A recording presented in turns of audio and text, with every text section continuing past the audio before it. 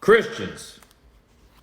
Peter here is saying in these verses, he's talking about the prediction of the prophets of old, what they predicted regarding the end times, particularly as it pertains to the second coming of Christ.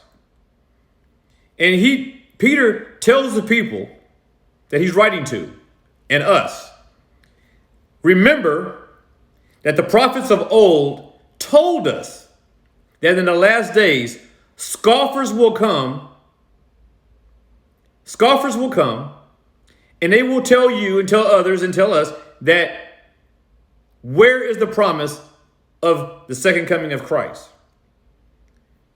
Since the creation of the world, or since the Big Bang, as some would say, there's been no evidence, not only that Christ is coming back a second time, but there's no evidence that the Bible is even true, is what a lot of people will say today. But what Peter is trying to tell us here is this.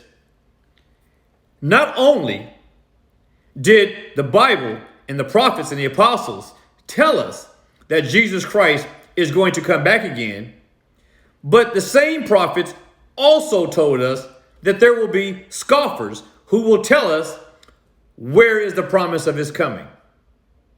You see what I'm saying?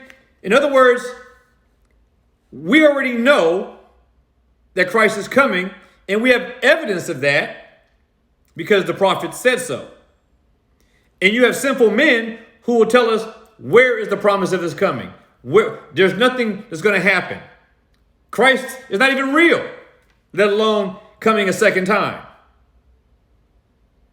So what Peter is trying to tell Christians, he says, listen, Christ is coming back for sure, just as it was prophesied. But it was also prophesied that scoffers were going to come and tell us that Christ is not coming. Now, we know for a fact right now that men are always telling us Christ isn't coming back because Christ isn't real. The word of God is not true. It's all fantasy. It's all a figment of your imaginations. It's all brainwashing. Not only are they doing exactly what the prophets and the apostle has said, but they're taking it to a whole nother level.